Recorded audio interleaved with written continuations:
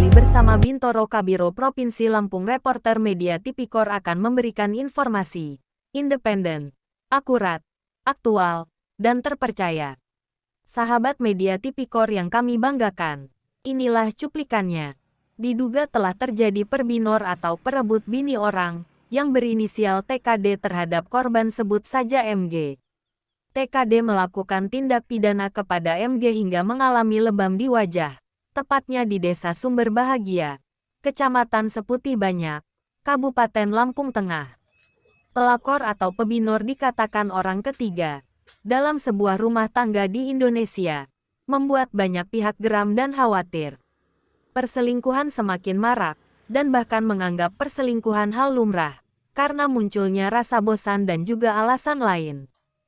Seperti yang terjadi di Desa Sumber Bahagia, Kecamatan Seputih Banyak, Kabupaten Lampung Tengah. Perbinor berinisial TKD kepada korban MG melakukan perbuatan cabul. Korban MG diancam oleh TKD jika tidak menuruti kemauannya, MG akan dibunuh.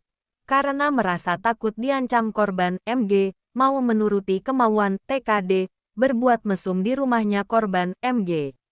Selang beberapa hari TKD kembali lagi untuk meminta berhubungan intim kepada korban MG. Disinilah korban MG berontak melawan TKD dengan sekuat tenaga, lalu korban MG ditampar hingga babak belur dan mengalami lebam di bagian wajah. Saat tim monitoring Media Tipikor.id tidak sengaja melintasi kampung tersebut melihat kejadian ini dari seorang korban MG, yang sehari-harinya seorang ibu rumah tangga yang sedang merintih kesakitan di depan halaman rumahnya dengan luka lebam di wajahnya. Menurut informasi tim monitoring Media Tipikor.id yang sedang melintas lalu menghampiri korban MG, dugaan keributan masalah keluarga. Karena tak satu pun tetangga yang membantu untuk melerai pertengkaran tersebut, ungkapnya. Lanjut, ketika mendengar cerita korban, bahwa pelaku bukan suaminya, korban MG mengaku bahwa pelaku selalu mengancam akan membunuh korban MG dan anaknya bila melaporkan hal ini kepada suaminya untuk melakukan nafsu bejatnya atau perbuatan cabul. Kata korban MG saat dikonfirmasi tim monitoring Media Tipikor.id. Sementara menurut tetangga yang enggan disebut namanya mengatakan bahwa ia pun tidak tahu apa yang telah terjadi. Tetapi korban MG menangis, saya mendengarnya. Tetapi saya tidak begitu jelas apa yang terjadi. Karena saya sedang mengadakan selamatan. Mengenai korban MG mendapatkan perlakuan tindakan penganiayaan, saya pun tidak tahu, ucapnya. Saya tahu Pak, melihat jelas TKD menamparkan ibu saya sampai 2 kali. Saat itu saya sedang sarapan. Memang TKD sering masuk rumah selanang-selonong tanpa permisi. Bahkan TKD sempat mengancam ke saya. Jangan bilang ke bapak saya. Dan saya ingin melapor tapi takut sama TKD, ungkap anaknya korban MG pada tim monitoring Media Tipikor.id di kediaman korban. Sementara menurut suami korban yang enggan disebut namanya, dirinya merasa tidak terima terhadap perlakuan TKD kepada keluarganya yang sudah melakukan tindak kekerasan atau tindak kriminal di rumahnya. Karena itu suatu tindakan yang melanggar hukum, ungkapnya. Seorang laki-laki masuk rumah orang tanpa permisi, apalagi suaminya sedang tidak ada di rumah, ini sudah pasti melanggar hukum, kata suami korban saat diwawancara tim monitoring Media Tipikor.id Lampung. Padahal sudah jelas tindakan tersebut sudah melanggar aturan. Seperti dalam pasal 477 RKUHP menyatakan setiap orang yang dengan kekerasan atau ancaman kekerasan memaksa seseorang bersetubuh dengannya dipidana karena melakukan perkosaan dengan pidana penjara paling lama 12 tahun, ucap tim. Dia datang Pak, tahu-tahu itu nampar saya.